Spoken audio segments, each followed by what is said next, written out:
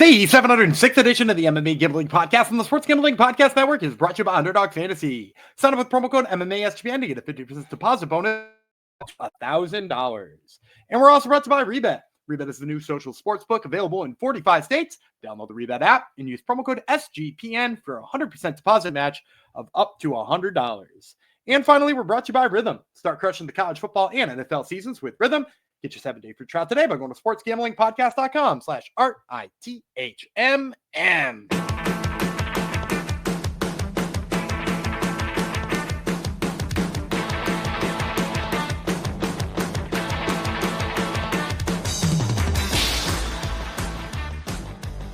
Heidi ho, degenerinos. Welcome to episode 706 of the MMA Gambling Podcast and the Sports Gambling Podcast Network, dedicated to Daniel Lee, who let me know that he enjoys our show. So thank you, Daniel Lee, and thank you everyone else for hopefully enjoying our show. You are here. A lot of people I do think hate watch us, but that's fine. A view is a view. Shout out to those of you who hate watch us. Exactly. Shout out to all of you as well. I am a Big Body Taco Fox. The other voice you heard was Daniel Gumby Vreeland, and we are finishing up our PFL coverage today with the main course here. We gave you some appetizers. Now we're on to the tournament championships for 6 weight classes in the PFL, or as Gumby sometimes calls it, PFL Tour.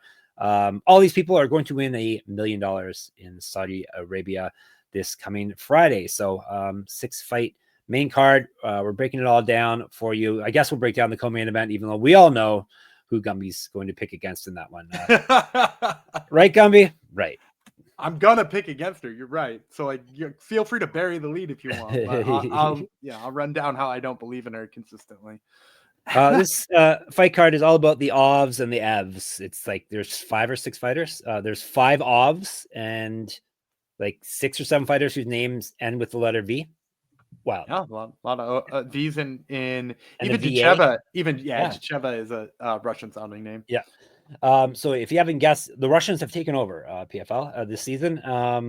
They have a chance to win.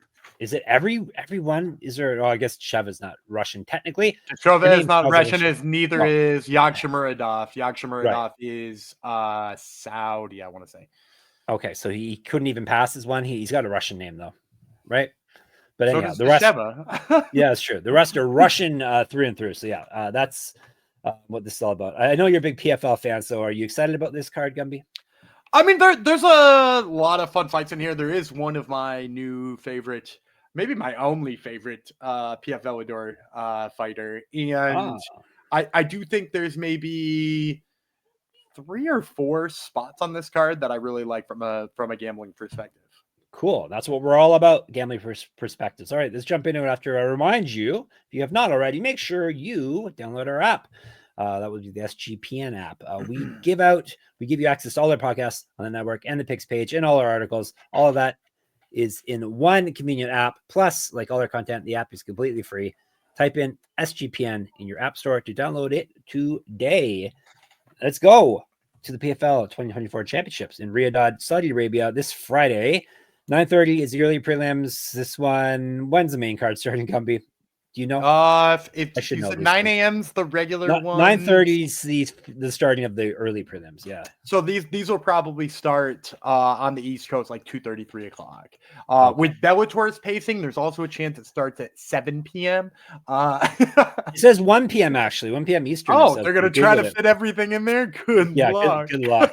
Yeah, good luck. We love ourselves in the Discord. We're all about the pace of the PFL. So it's going down the Mayadeen in Saudi Arabia, Riyadh, Saudi Arabia. We're talking about the top 6 fights, and we're starting with all these are 4 championships of the season, starting with heavyweights. They don't know what they're doing, obviously, right? Heavyweights got to be at the top. Put those at the top. Yeah, exactly. No matter how sloppy or bad they are, or how boring a Russian versus Russian heavyweight fight may be. Denis Goltsov versus Oleg Popov, both Russian, both heavyweights. And let's break it down. Popov is 19-1, 9 knockouts, 3 submissions, never been finished in a fight, 3-0 in PFL, 17 straight wins. He's not lost since November 2016, almost went into the future. Regional champion, 2 years younger than Goltsov, plus 102. The Russian Bogatyr is 35-8, 18 knockouts, 11 submissions. He's been knocked out 4 times, submitted 3 times, 13-3 in the PFL. He's won 3 straight and 8 of 9, 3 straight wins via TKO. He's got multiple region championships on his mantle. Correct. Get the shirt, sportsgamblingpockets.com /store. Get sticky. One championship he does not have is the PFL. He's been in the finals before, but always a bridesmaid.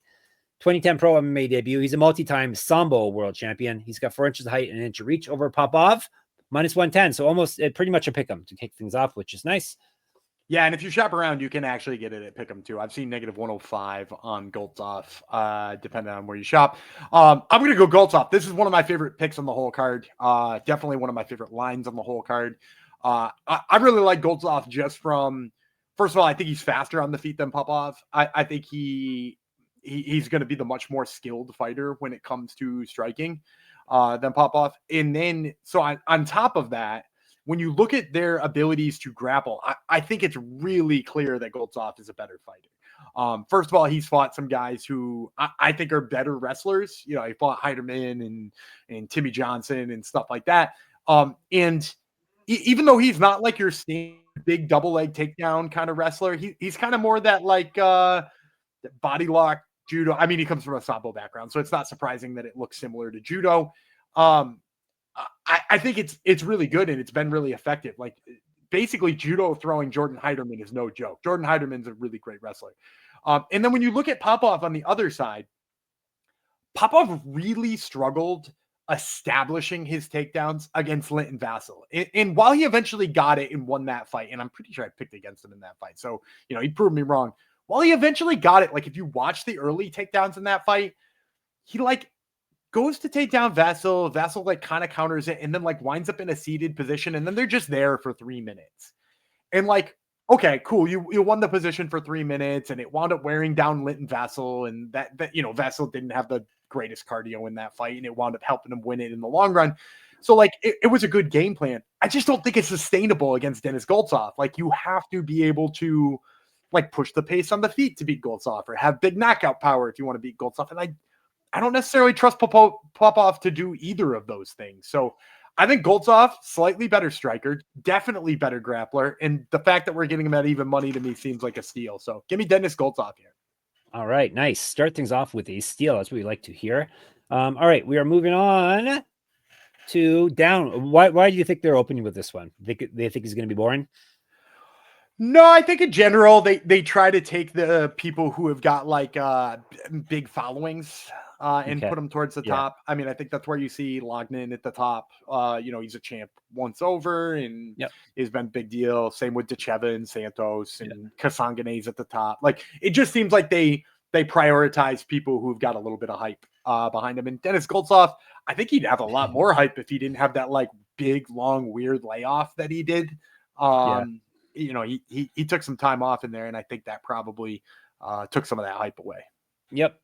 All right. Gumby's got an answer. He's always got an answer. We're going to lightweights now. Brent Primus versus Gadzhi Rabadanov, U.S. versus Russia. 5-minute rounds, 155. I'll tell you about Primus first, 15-3 with 1 no contest, 2 knockouts, 8 submissions. He's been knocked out once. 3-0 in PFL. He's gone 4-0 with 1 no contest over his last 5. He's not lost since June 2022. He went 10-3 with 1 no contest in Bellator and was the champion there. 2010 Pro MMA debut. 3-5 in pro grappling. An inch height, an inch reach over Rabadanov, plus 410. Rabadanov is 23-11-1, 7 knockouts, 5 submissions. He's been knocked out twice, submitted once. 5-0 in PFL. Won his last fight via KO. 5-0 in Bellator. Regional champion. Used to fight at featherweight. 2013 Pro MMA debut. He is a Sonda world champion. 8 years younger than Primus. Minus 535. Yeah, and if you listen to yesterday's episode, or actually 2 days ago's episode, Sunday's episode, there was a wrestler who I was like trying to talk myself into because the number was higher, and I felt like I really liked that guy. I really like Brent Primus, but I'm going to pick against him here, and I can't even get around to like liking the value on him. Maybe I'm not going in back in the Brinks truck up for Rabadanov at 5-1 or whatever he is right now. But like at the end of the day, I just think he's an awful stylistic matchup for Brent Primus. Like Primus is a great wrestler, a great positional wrestler, a great jiu-jitsu specialist. I love the way he takes the back. Like I love everything about the way he wrestles. And like Rabadanov has a good enough wrestling background. And he comes from that Sanda background, like we were talking about with Goltsov. So it comes off like, some of those defenses are a little unconventional and judo-like and sort of throws people off, especially people like Brent Primus, who has like a very straightforward wrestling style. I think he defends it enough. And if he defends it enough, the big issue with that is that Brent Primus, despite being like a guy who's been in there with everybody, you know, he's the one who took the belt off of Michael Chandler, you know, in the famous stool incident. And like, I think this is one of those instances where while he's been in there with a lot of people and a lot of good people, the fact that his wrestling, I think, is going to stall out is going to be a huge problem for him because I think he's so much slower on the feet. Rabadanov, despite having the Russian last name, I actually think his best avenue to victory in a lot of fights is his striking. He's really quick. He's really long. When he throws that left hook, there's a lot of power behind it, and it's like not a lot of windup. You know, like he generates so much power for the amount of windup that is on his strikes. And I just think all of those spell disaster for Primus. I think as the fight goes on, you're going to see more and more of the striking get going for Rabadanov, and I think he cruises here. So give me Rabadanov. Again, maybe not thrilled about the, 5-1 odds or something you can get on him, but like can't even get around to liking the 4-1 on Primus. All righty. You said you like Primus. I didn't think anyone liked Primus. I really do like Brent Primus. And I know people are like, this dude's style is boring, right? Or whatever, but like, is it? Because like, yeah, he's a wrestler. He's a guy who winds up with top control a lot, but he also like transitions to the back better than a lot of those like quote unquote boring wrestlers that we're speaking of. Like he's a guy who looks to finish all the time. He's got a whole bunch of rear naked choke finishes. He went in there and kicked the hell out of Michael Chandler's leg until the dude couldn't stand up. Like we can hate on him, but like he's a lot more fun than a lot of those boring wrestlers. Yep. All right. Before we move on, another thing that's lots of fun is all the fun you can have at mybookie.ag. We are brought to you by mybookie.ag. SGPN started out with MyBookie, and now we are back, baby. Check out the new and improved website, great on mobile, plus props for every game and the live dealer casino. Even new early cash options are available. Check out the MMA bets over there and head to mybookie.ag and use our code SGPN for 100% deposit match up to $1,000 plus $10 casino chip. That's mybookie.ag, promo code SGPN. We're also brought to you by Rebet. Rebet is a brand new social sports book available in 45 states. A huge market of betting opportunities are available on Rebet. Easy to use and great for people in states where traditional sports books may be restricted. Download Rebet in the App Store and use the promo code SGPN for 100% deposit match up to $100. That's Rebet, promo code SGPN. All right, we're moving on to some more ovs and evs and v's. It is at welterweight. Magomed Umalatov. It's not hard. Magomed Umalatov. Shamil Musaev, both from Russia at 170. Tell you about the Prince first. That would be Umalatov. He's 17-0, 11 knockouts, 2 submissions. He's 8-0 in PFL. He's got multiple region championships on his mantle. Correct. Get the shirt, sportsgamblingpockets.com/store. Gold medalist in Sambo, a hand-to-hand combat champion as well. 3 inches of height, 3 inches of reach over Musaev, plus 163. Musaev is the silent assassin. 17-0-1, 11 knockouts, 2 submissions. He's 3-0 in PFL, 4-0 overall. Used to fight at lightweight, 2013 Pro MMA debut. He's a multi-time Sonda world champion. 2 years younger than Mulatov, minus 166. Yeah, Musaev is my pick here. And if you've been in the Discord, you've been hanging out with us, you know I am a big Shamil Musaev fan. I think, first of all, for me, the thing I like most about Musaev is he's a grappler who's not here to grapple. He is a guy who has really good wrestling, but he uses it mostly defensively because when you get this guy on the feet, he's electric. This dude is so much fun to see him sprawling and brawling in there. Shamil Musaev is maybe my favorite guy in PFL right now. I think, who is it that he beat when he came over for the beginning of this tournament? Man, I wish I could remember, but like we got him at dog money and it was crazy. It might have been, no, it wasn't Primus. Primus is a weight class down, but it was somebody like Brent Primus. Logan Storley. Logan Storley, yeah, somebody like Brent Primus, perfect. Exactly. And like we somehow got him at dog money. I'm like, he's gonna go in there, stuff the takedowns, and blast him on the feet because he's an electric striker. And Umalatov is going to be like a test for him in terms of the wrestling, right? Like, because, you know, one might argue that Umalatov can wrestle as good, maybe better than Logan Storley, but like Storley had nothing for him. Like, I actually think if Musaev wanted to be the type of guy who just like wrestled like a Primus or a Storley or an Umalatov, I actually think he could. I think his grappling's that good. But I think at the end of the day, he just chooses to use it, you know, almost like Chuck Liddell used to use his wrestling game. Like, I'm going to sprawl and just absolutely beat the tar out of you when you get tired of doing this. And it's with spinning stuff. It's with hooks. It's with work to the body. He's just so creative on the feet and so fast. So yeah, give me Shamil Musaev here. I expected him to be like a 2 or a 3-1 favorite here. So the fact that we're getting him in the 1 still is very nice. All right, very nice. Musaev, you're actually excited about a PFL fighter. Crazy. And a Russian one too. Look at that. A Russian one too. Go figure. All right. Guess it's like being the nicest guy in prison. Gumby's favorite PFL fighter. Not saying too much, I guess. Prison is a good metaphor for them right now, based on what we're seeing. Yeah, from what people are complaining about. It's true. This is the light heavyweight bout, championship bout, nonetheless. Impa Kasanganay versus Dovlet Yagshimuradov, right? Yagshimuradov. He is from Turkmenistan, not Russia. He's fighting against Impa from the United States of America. Let's break it down by telling you about Yagshimuradov is Wolfhound. 24-7-1, 13 knockouts, 4 submissions. He's been knocked out twice, submitted 3 times, 3-0 in the PFL. He's won 6 straight fights. He's not lost since October 2021. 3-2 in Bellator. Multiple regional championships on his mantle. Correct. Get the shirt. sportsgamblingpockets.com/store. Get sticky. Used to fight at heavyweight. 2012 pro MMA debut. Plus 120. Tishilobo is Shilobo is Kasanganay. Yes, Shilobo is 18-4. 5 knockouts, 4 submissions. He's been knocked out twice. 8-1 PFL, 2023 champion. That was at what weight class was that again? Was that welterweight or middleweight? He won light heavyweight. Really? Okay. Yeah, he won the light heavyweight championship. Yeah, because he's fought all over weight classes. He beat Josh Silveira in the final. Oh, right. He's 3-0 and 6-1 over his last 7. He used to fight at welterweight and middleweight. Has missed weight before at welterweight, but now he's at light heavyweight, so that shouldn't be an issue. 2-2 in the UFC, 2-0 on Contender Series. 5 years younger than Yagshimuradov, 3 inches reach over him, minus 130. I'm going to go with Impa Kasanganay. I think Yagshimuradov, while he did sort of upset me and beat Rob Wilkinson in the last fight, because I kind of wanted to see Wilkinson versus Kasanganay, I don't think how he looked against Wilkinson gave me a lot of faith in him. Like, Wilkinson looked surprisingly slow and definitely reserved on the feet in that fight. Yagshimuradov didn't really get any of his wrestling going. And like, if you can't out-wrestle Wilkinson, like, I certainly don't expect you to out-wrestle Kasanganay.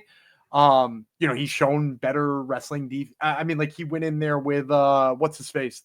With the belt, Johnny Eblen, in the Bellator versus PFL Champions matchup or whatever that was called. And he went in there and he dealt with the wrestling of Johnny Eblen. So, like, if he can deal with Johnny Eblen, I don't think Dovlet Yagshimuradov is going to be any threat to him in terms of the grappling. So then when you talk about this being on the fight or on the feet for most of the fight, you know, we had Yagshimuradov kind of look tentative on the feet, but just be like a little bit more active than Rob Wilkinson in the last fight.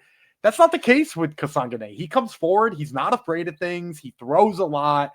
He's got big power. He's one of those guys who, like, I talk about him like fighting downhill, because every single time he lands, it seems like he builds speed and momentum up. And like, I see this as one of those fights where he's just going to start landing on Yagshimuradov, and like, Yagshimuradov is not going to know how to reset. He's just going to start getting hit more and more the more comfortable Kasanganay gets. And Kasanganay's, like I said, his wrestling, I don't think he's going to use any of it offensively here, but like, his wrestling is kind of underrated. Like, we even saw that in the UFC when he was, you know, on a little bit of a skid and needed to pick up a win. We saw him go to his wrestling more. And now that he's up a couple of weight classes and seems to have packed on weight in a good way, you know, not a bad way, seems to have packed on weight, that seems to just be playing better. And so I think his defensive wrestling holds up here. I think he outstrikes Yagshimuradov, and I'm going to go with Impa Kasanganay. All right. There you go. A slight favorite in Impa. All right. We are to the co-main event. Let's break it down. Gumby's going to get hate for his pick here, I'm sure. Anyhow, He's going to justify it. Don't worry. Hey. He will justify it. The women's flyweight championship, Dakota Ditcheva. She's done nothing. She's looked really good. Let Gumby. me give you. She looks good. She's from England. Taila Santos is from Brazil. 5-minute rounds. Santos is 22-3, 10 knockouts, 4 submissions. She's never been finished in a fight. 3-0 in PFL, 4-3 in the UFC, 1-0 in Contender Series. A regional champ. Used to fight at bantamweight. 2013 pro MMA debut. Plus 280. Dangerous Dakota Ditcheva. 13-0, 11 knockouts, 1 submission. 8-0 in the PFL. The PFL Europe champion. All of her wins have come via finish in the PFL. Used to fight at 135. 10-1 in pro kickboxing. Gold medalist in kickboxing as well. 5 years younger than Santos. 2 inches of height, 2 inches of reach. Minus 280. I'm going Taila Santos. Yeah, of course. You knew I was. Look, I know I'm 0 for 2 picking against Ditcheva in this tournament, right? Her last 2 fights. I understand that I've definitely underrated her in terms of what her kickboxing is. I think it is shown that it's a lot better than I thought it was. However, you have to admit, looking at this tournament right here, this is the first well-rounded fighter she's faced ever. Chelsea Hackett, kickboxer, no grappling background, got held against the cage. She was small for the weight class and fought down at strawweight. Second one, Jenna Bishop, excellent wrestler. In fact, that's why I picked her. I said her wrestling could play up against Ditcheva. It didn't. She defended the takedown enough, but she also never had to worry about the hands in the process of that fight, right? When you're fighting Jenna Bishop, you're like, oh, as long as I stuff the takedowns, I'll win the striking matchup. And that's what she did. Props to her. That's the right game plan for that. You can't one-sidedly think about Taila Santos. Nobody has been able to one-sidedly think about Taila Santos in her whole career. She is exceptional in every place she fights.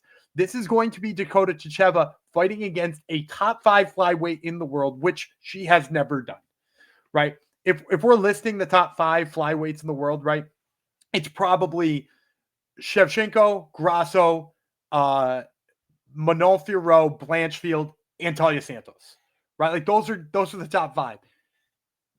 Are we ready to talk about Dakota Ditcheva the same way I talk about Manon Fiorot? Because that's what it would take here to beat Taila Santos. Is we have to think, is she as good as Manon Fiorot? And I think when you're going from fighting Jenna Bishop, and let's be fair, like where does Jenna Bishop fall in terms of the top 15 in the UFC? Probably would not be, number 13, Jasmine Jasudavicius. Like, I think this is going to be one of the more massive step-ups in competition that Ditcheva could possibly face, and I'll take Taila Santos, especially if you're going to give me damn near 3-1 money on it.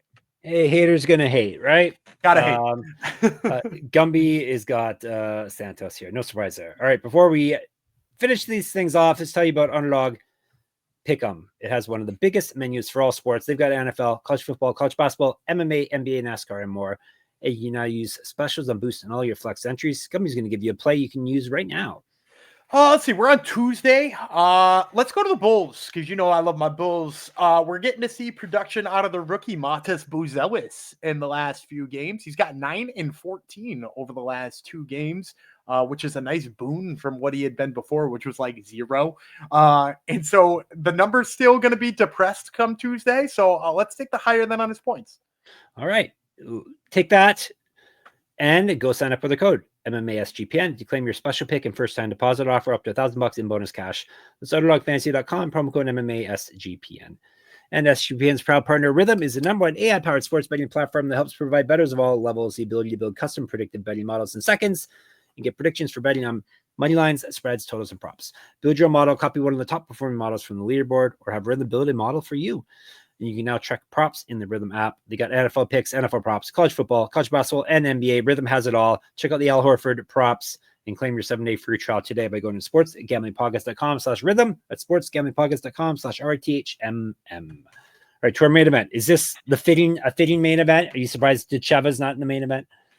I kind of thought they'd put Ditcheva, but I get why they're putting this one in. Loughnane is a former champ, and we're going to get a fighter from Russia fighting in the Saudi Arabian card that's Russian heavy. So I think they wanted a Russian fighter at the top. This would be the featherweight championship we were speaking of. Brendan Loughnane from England Timur Khizriev from Russia, 5 rounds, 145 if they need it. Loughnane, I'll tell you about first. 30 and 5, 30-5, 16 knockouts, 2 submissions. He's been knocked out once. That's very, very impressive. The only time he's been stopped. 12-2 in PFL. He's a 2022 season champion, or was. He's won 3 straight and 8 of 9. Was a regional champion. Used to fight at 155. 0-1 in the UFC. For some reason, the UFC, it's not like this man. 1-1 in the Ultimate Fighter. 2010 Pro MMA debut. 2 inches height, an inch of reach over. Khizriev plus 250. But not being in the UFC has made him a millionaire. So there you go. Khizriev Imam is the nickname. 16-0. 3 knockouts, 1 submission. He's 3-0 in PFL, 3-0 in Bellator. Used to fight at lightweight. 2014 Pro MMA debut. A 2-time Sandow champion. World champion, I believe. 6 years younger than Loughnane. Minus 298. Yeah, I'm going to go Khizriev. Originally, I like pump faked on whether or not I thought Loughnane might be a value play here. But I think the difference maker for me is Loughnane seems to, since he have won his $1 million, seems to have looked worse. I don't mean to hate on him, but like that fight with Kai Kamaka was not inspiring, particularly from a working in the clinch and, just being the more physical, tougher guy. That's alarming to me. Cause if you're not out there outworking Kai Kamaka, who had kind of a lackluster UFC career as well, you're going to have a lot of trouble with Khizriev because Khizriev is the real deal. You know what I mean? If you watched his fight with Gabriel Braga, he struggled a little bit on the feet with Gabriel Braga, but the takedowns were there and they were there repeatedly against Braga. So for me, I just think Khizriev is going to be good enough to hang with Loughnane on the feet. Loughnane, despite being maybe a slightly better striker, I feel is less dangerous than Braga was. He might be slightly better on the feet than Khizriev, but nothing that's going to scare Khizriev away. And then I think the grappling advantage is going to be decided here for Khizriev. So with Khizriev having a clear advantage and Loughnane, I think he probably just has to knock him out because I don't think the judges are going to like how he looks on the scorecards. Give me Khizriev here. I'm going to say he takes this one. All righty. You're all set for the PFL. Let's recap. Khizriev, Santos, Kasanganay, Musaev, Rabadanov, and Goltsov. All right. You're all set. As I said, we shall be in the Discord discussing this event and everything else. That's sportsgamblingpodcast.com/Discord. On the YouTube, you can hit us up at the MMA Gambling Podcast. Make sure you subscribe. On the Twitter, SGPN MMA, at Gumby Vreeland, at Jeff Fox Writer there, and at Jeff Fox Writer on the Instagram as well. Check out my Substack, moneymma.substack.com. Check out Gumby's Top Turtle MMA podcast. He has a couple of people from the prelim portion of Bellator. PFL Tour card, Costello Van Steenis and no, I don't have him on at all. Jose Perez, Jose Perez, Perez, and Kennedy, Jeremy Kennedy. Correct. Sorry about that. Yes. Check that out. And of course, we're at sportsgamblingpodcast.com, sportsgamblingpodcast.com/store, and sportsgamblingpodcast.com/Patreon. We'll be back tomorrow. No UFC, but don't worry. There's still more regional action for us to cover this week for you. It will be me, Dangerous Jeff Fox, the Silent Assassin, Gumby Vreeland. We shall talk to you tomorrow. Bye.